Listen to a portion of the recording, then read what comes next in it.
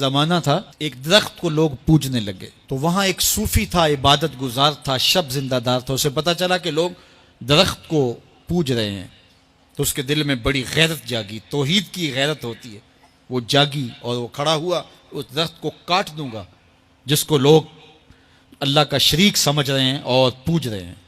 हाथ में कुल्हाड़ा पकड़ा और उस दरख्त को काटने के लिए निकला। रास्ते के अंदर शैतान खड़ा था, उसने कहा मैं तो नहीं जाने दूंगा, और शैतान ने रास्ता रोका। उसने पटक के शैतान को जमीन पे मारा और उसकी छाती पे बैठ गया।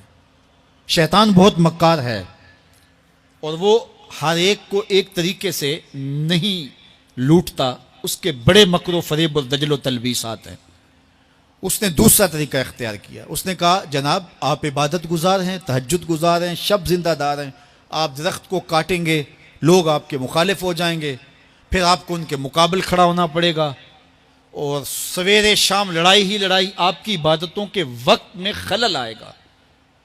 तो आपने इनकी कब्र में थोड़ा जाना है, आपकी कब्र अपनी है, इनकी कब्र अपनी है, आप छोड़िए इनको। और साथ ही कहा कि जब आप मुसल्ला उठाया करेंगे तो नीचे से एक दिरहम मिल जाया करेगा आपको, तो आप उससे अपने खाने पीने का इंतज़ाम कर लिया करेंगे और आप फारिगुल बाल भी हो जाएंगे। इस तरह बातों में लगाया और वो ज़ाहद साहब वापस आ गए। नमाज पढ़ी, मुसल्ला उठाया, दिरहम मिला, बड़े खुश हुए और दलीलें तराशने लगे। वाकई मुझे क्या लगी, तुम्हें गैर से क्या, तुम अपनी नबेड़ो, तुम अपनी कब्र में जाना है, जाएं वो भाड़ में, मुझे क्या लगे, मुझे उनके बारे में क्या पूछा जाना है।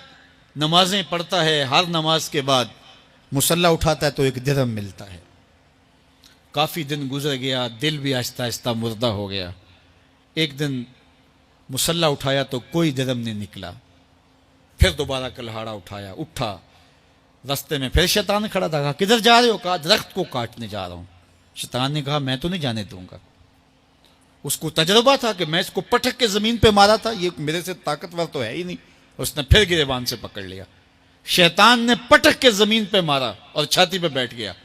वो जाहिद साहब परेशान हो गए, शैतान को कहने लगे कि ये कैसे हुआ, मेरा तो तजुर्बा माजी का ये था कि मैं ताकतवर हूं, तुम कमजोर हो, लेकिन अब तुमने पटक के मुझे जमीन पे मारा।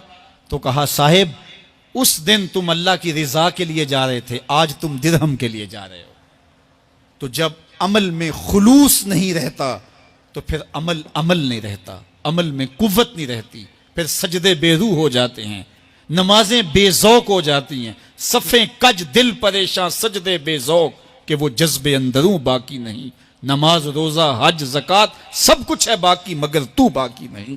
फिर सब कुछ चलता रहता है लेकिन रस्म होती है। ला यब्का मिनल इस्लाम इल्ला इस्महु वला यब्का मिनल कुरान इल्ला रस्महु। फिर कुरान पढ़ा जाता है, रस्म होता है, कुरान दिल को फिर नहीं बदलता, इसलिए कि रस्म अदा हो रही होती है। जब रस्म अदा हो रही हो तो फिर कुरान दिल को नहीं बदलता। जब कुरान